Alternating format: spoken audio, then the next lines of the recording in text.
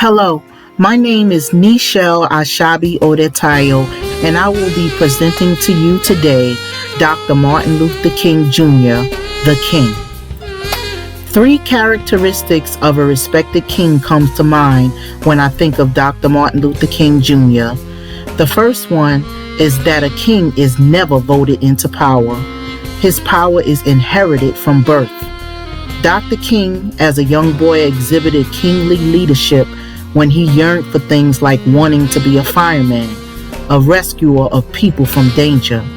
He grew into being an exceptional student as a teen. By 15 years old, he was already attending Morehouse College.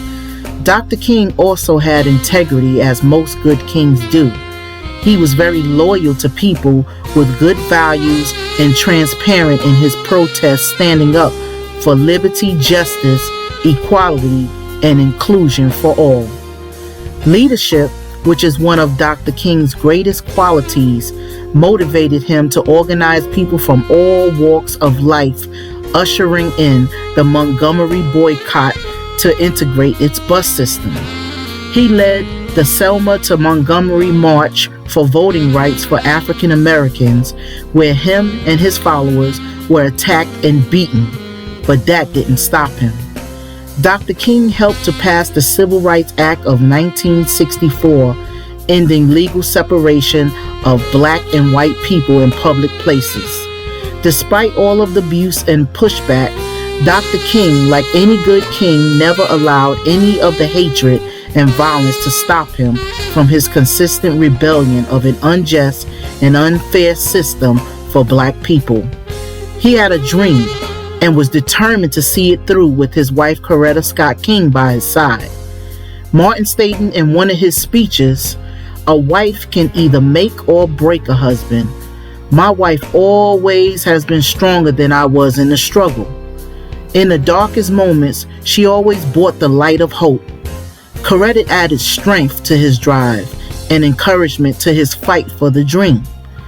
There were many women during the civil rights movement that fought, walked, and assisted Martin throughout his time and called to action. There was Dorothy Height, who was an activist of civil rights movement and helped to organize the rally where Dr. King gave his notorious "I Have a Dream" speech that brought 250,000 people to the National Mall. Mahalia Jackson was the music and song to Dr. King's soul. Known as the Queen of Gospel, she traveled and sang at marches in the most segregated places. She called out to Dr. King during his speech, "Tell him about the dream, Martin," which prompted him to leave his prepared notes and improvise the entire ending of his "I Have a Dream" speech. Annie Cooper marched in Selma for black voters' rights and was fired for pursuing voter registration. She was also provoked to hit a cop in the face for poking her in the neck with a billy club to keep her from the ballot box. Diane Nash left college to be a full-time activist for the Southern Christian Leadership Conference, where she worked with Dr. King, Annie Cooper, Amelia Boynton, and others to plan demonstrations for civil and voting rights. And we can't forget Rosa Parks, whose actions sparked the Montgomery bus boycott by not going to the back of the bus designated for black people. The boycott succeeded in achieving desegregation of city buses. So you see, Dr. King, who organized and led many, was surrounded by powerful, brave, talented, and skillful women who carried the weight of much needed work in the background and in the midst of fighting for his dream. His wife Coretta never allowed his dream to die with him.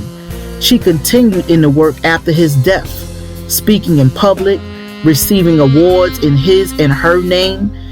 It is such an honor for me to highlight the women surrounding such a great leader and movement. Today, as we gather in memory of Dr. King, Bernice King, who is the youngest daughter and child of Dr. King and Coretta Scott King, is keeping his legacy alive, doing public speaking about her parents and her father's dream. And so should we. In a time where hatred is still prevalent, we should be inspired to let our light shine from within. With daily acts of love and kindness towards each other, we can continue the equality, justice, and inclusion-filled dream. We can be the dream. Thank you, Dr. Martin Luther King Jr., who is, was, and always will be the King.